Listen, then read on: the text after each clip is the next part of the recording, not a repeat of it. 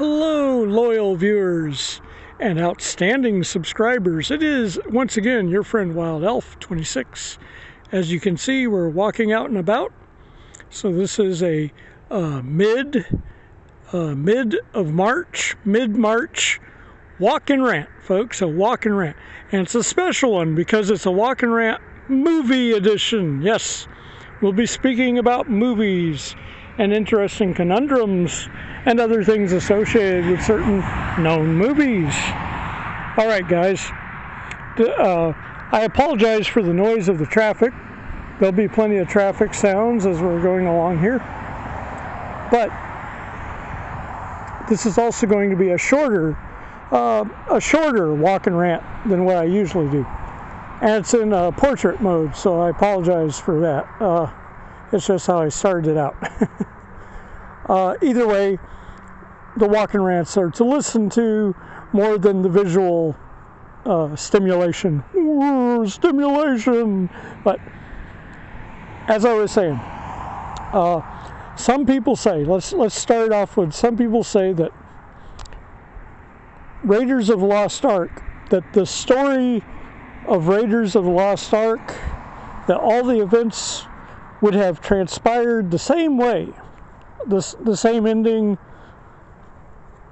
if Indiana Jones was not even there, if he was taken out of the movie completely.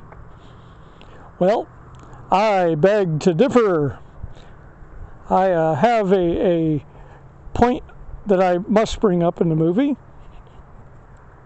And Raiders of the Lost Ark, the opening scene of Raiders of the Lost Ark, not only does it set the tone for the mood of the movie, the action pace of the movie, there's a very important fact in the opening scene of Raiders of the Lost Ark. There was an evil archaeologist, which, yeah, that's kind of funny when I think about it, an evil archaeologist, that was constantly trailing Indiana Jones. And in the opening sequence of Raiders of the Lost Ark, spoiler alert, this is what happens. Anybody young that hasn't seen that movie yet, well, go see it.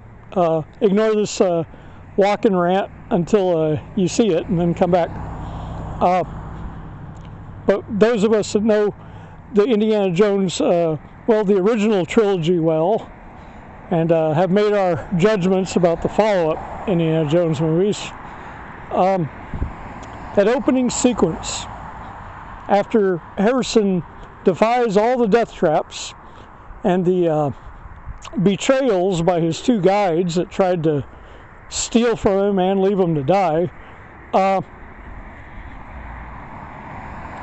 he gets that golden idol, that idol head, and he replaced it with the bag of dirt that he thought would be heavy enough to keep the trap from activating. And of course it wasn't heavy enough, hence the boulder trap that came after him. But here's the thing. Indiana Jones is quite pivotal to the events of that movie occurring, that they would not have occurred in the way they did, or at all probably, without him being in it, especially the opening sequence portion. And you would say, well, gee, Wild Elf, why is that so important? Why is that opening sequence of him getting the idol head so important to the events of the movie transpiring the same way they did or not? Well, if he was never in the movie, if he was never there to go in, avoid all those death trap obstacles, and acquire that idol head, the evil archaeologist that had been following him, the one that spoke fluently in Havido, Belush, or Belloc as he called him, Belloc would never have followed him there. He would never have known that he was researching that area and to book flights ahead of time to be there before Indiana Jones got there. I'm pretty certain Bellick had listeners around the university that Indiana worked at. This is how he was getting the drop on them at so many different places that he was going. And so he told him, once again, I proved that anywhere you go, whatever you find, I can always take it from you, or something. This implies that he has done this before. There's a history of him knowing where Indy's going to be going and going there first, and then taking the prize that Indy acquires, rescues, uncovers, whatever.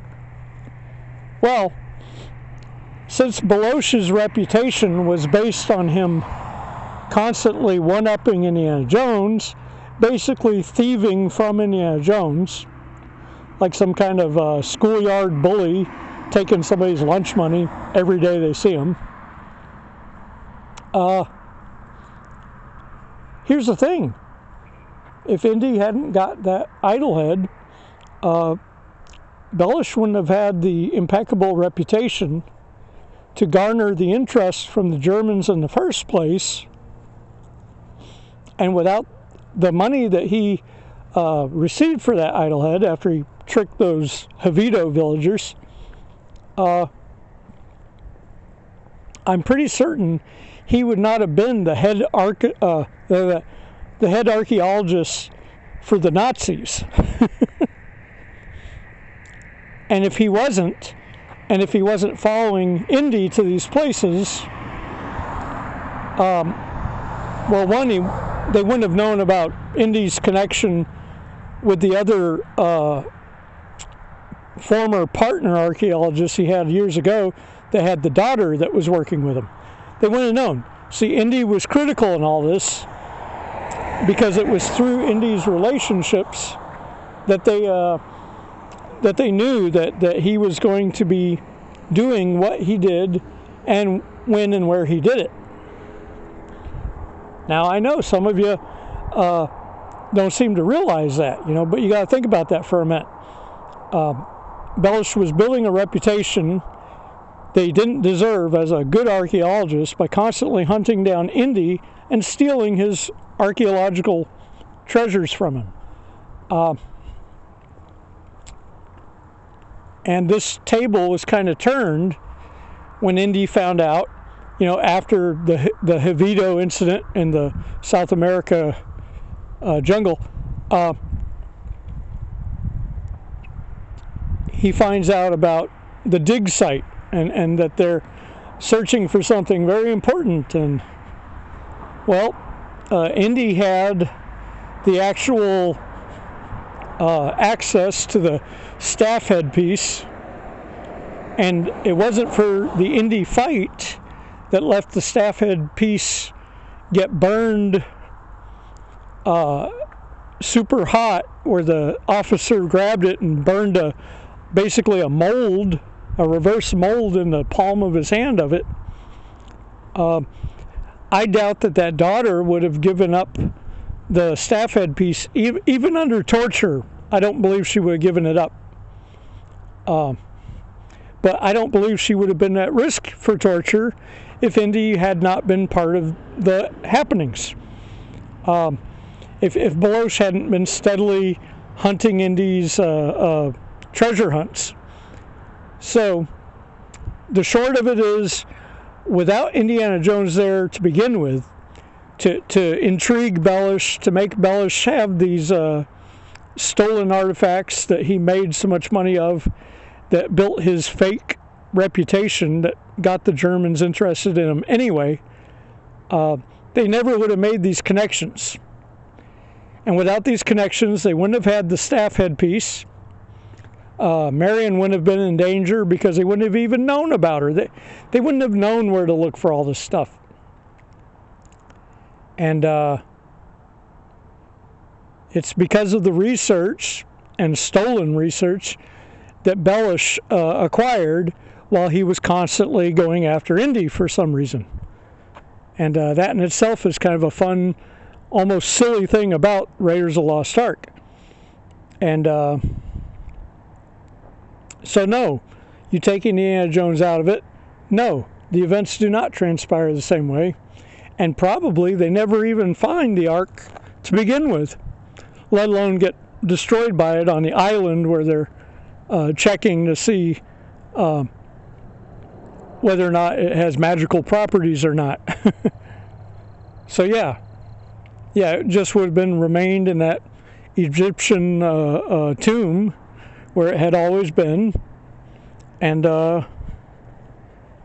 events simply would not have gone down. They never would have found the staff headpiece. They would have been guessing. And by the time they finally ever figured out where the thing was, the war might have been over by that point. So, yeah. So the events of Raiders of the Lost Ark simply wouldn't have taken place at all, probably, without Indiana Jones there. So I hate to burst the bubble of the people that thought, oh, well, you take Indiana Jones out of it, all the events will happen anyway. No. Without the initial leads of Belloq in the beginning, and what's alluded to in their conversations, he's been doing this to Indy repeatedly before he got the Idlehead.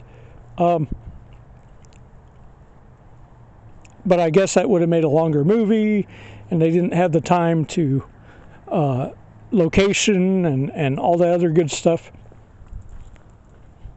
Be that as it may. So Indy is vital. At least in the early portion of that movie, he's vital. Otherwise, they simply would not have had the directions they needed to go to look and locate what they found, the people to talk to and research. It just was not there without Indy there initially, and Belloq's relentless hunting of him at the early stages of that film. Without Indy in it, they never find it. They never find that artifact. Belloq does not get the reputation to even get their notice, let alone become their head searcher for the artifacts that they were looking for. Because the Ark wasn't the only artifact they were looking for. There were some other ones too. But it was probably the most powerful.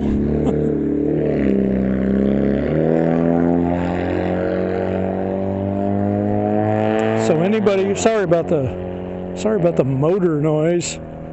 I swear, everybody thinks they got a race car around here. I mean, they're about 2 counties away from a place with a famous race car track, and they're all itching to race their cars. It's like, it's funny. It's almost a rural area with people that aren't really rural people, Alrighty. Sorry, I'm throwing extra rants in my rant and walk. Or walk and rant. Let's see, what other movies? Let's see, there's some other movies too where there's like conundrums and stuff. And you probably know a few other movies that come to mind that I'm scratching my head trying to figure out. Let me see here. I knew the Raiders of the Lost Ark one. That was one that always bugged me. Gosh, let's see. Oh, yeah. A lot of people talk about, like, I myself enjoy Batman. I enjoy the comic books, the history, the early comic books. Yeah. People that get a hold of the reprints of some of the earlier stuff, that's some pretty good, important stuff. But they've changed Batman's lore from time to time, and they talk about multiverses for Marvel and multiverses for DC and all this stuff. And, it's kind of true, they keep changing the writers and the artists of different comics, and then they start making different universes and stuff, and characters are different, and established characters and new characters. I think one of Batman's biggest weaknesses is the concept that they made a while back of the Bat family. He started out as a loner. In the early days, which was around the time of The Shadow, and then the earliest costume superhero of all, and there's a little bit of debate about that, was the Phantom, the Ghost Who Walks. He had quick draw 45s, automatic pistols on each leg. He had a skull ring and he had a skull belt buckle, wore a body sock, a full body sock, purple, and it had these little briefs they wore over it under the belt that holds the guns, and they had these stripes on them originally. They changed it for the Billy Zane Phantom movie, which was not a bad movie, but it really, as much promotion as it got, it really could have been promoted a lot better. And I think that Hollywood kind of cheaped out on how they were promoting it, and that's why the Phantom movie didn't do so well. But it was generally accurate to the origins of Tom Walker, or in this case Kit Walker, the Ghost Who Walks. But that was the name he would use sometimes in the comic, was Tom Walker. Like Fan Tom, But yeah, Billy Zane Phantom movie. Originally the studio wanted to make 3 of them. They wanted a trilogy of Phantom movies. But I guess the studio lowballed them on the advertisement budget. I remember seeing there was a fast food ad that incorporated part of the movie trailer into it. I remember that back in the day. But I don't remember a lot of standalone commercials for it alone. And I watched a lot of television back in those days. Different channels and stuff, whether it be cable or regular air TV. So the Phantom was supposed to be a trilogy. To me, they got really, really shafted on their advertisement budget. And I think if they had done more merchandising too, leading up to the movie, that might have gotten word out a lot more with the younger superhero fans. The ones that didn't know about the character might have seen the toys in their local department store and asked their daddy or mommy to buy them that toy. And then when they seen the advertisement later on TV, they went, "Oh, it's the same guy that's in my toy," because it was an older comic book a long time ago. And so to just assume that there'd be so many people that would know who he was right away, that was a misstep by their advertising campaigns. Yeah, there was an inborn audience for it, but the audience they needed to grab for that one was the new kids. Back in those days, you put some new toys out, and then you start doing advertising that they see the toy and they see the person on film, and that looks remarkably perfect to the toy, they go for it. And it's an exciting action film and stuff. It wasn't pushing some idiot agenda policy, which is not popular with the kids that like superhero stuff anyway. And that's a big faux pas, because the kids that like superhero stuff are the ones that are the most tenacious. They're the ones that will make their mommy or daddy take them to the film, maybe twice. They'll definitely get the home video of it, the DVD, the Blu-ray, whatever. And this is the formula that helped make a lot of stuff very popular at the box office. But they didn't follow it in the case of the Phantom. In the case of the Phantom, there was maybe a couple commercials, period, on the low, briefly seen, and maybe put on questionable television channels at the time that might not have been the proper ones to put on for the audience they were trying to grab. Billy Zane, to his credit, did an excellent job. He was an excellent Phantom. The guy has a penchant for doing action-oriented roles, and he got into excellent superhero shape for the movie, which was pretty good. Unfortunately, not all the famous superhero actors get into excellent shape for their characters. Only a handful, really. those kind of standards changed with Marvel, which kind of had like a standard of how much push-ups and what kind of diet they were allowed and all this stuff. But yeah, so Billy Zane's Phantom, it got shortchanged when the companies got cheap on the type of advertising, type of merchandising, and when to implement it, when to push forward with it. And that's what hurt the Phantom. And the fact that they were just assuming that it had the same inborn audience that Batman and Superman and the X-Men and different Marvel, Spider-Man, that sort of thing. You know, they just assumed that it had that inborn audience. It didn't. It had comic collecting audience that knew it pretty well. And they are diehard about going to see a movie. But it would have been the older comic book collectors, the very older ones, you know, that were really wild about the Phantom. But the kids, if they had pushed with the merchandising and then showed the movie advertisements a few weeks after they pushed out a bunch of kid merchandise, that really could have sent it through, and they just didn't do it. They weren't using wisdom. And they got cheap, they weren't being wise, and that's what hurt the Phantom movies. That's what prevented the sequels from getting the green light. And, you know, it should have happened. It should have happened. Now, that wasn't a conundrum or a plot hole in a movie or nothing, not like what was being said about Raiders of the Lost Ark. But it definitely did not help it. They pushed it through. It was one superhero movie, and that's all they got was the one. And I don't know how quickly they went to home video on that, because it was on VHS, and DVD versions of it were later available.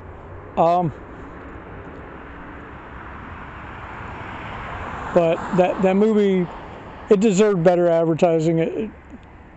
Heck, it might even be worthy of a reboot if they do it correctly, especially with merchandising. But who knows? Who knows, people? There's a lot of stuff that they thought would do well that did not do as well as they thought. You know, the Flashpoint movie or Flash movie. And you could tell by the advertising and poster advertisings and whatnot, it seems like Batman was a larger presence in the movie. And I think any movie sales it got was because of Michael Keaton Batman. They seem to really bank on this Ezra actor character.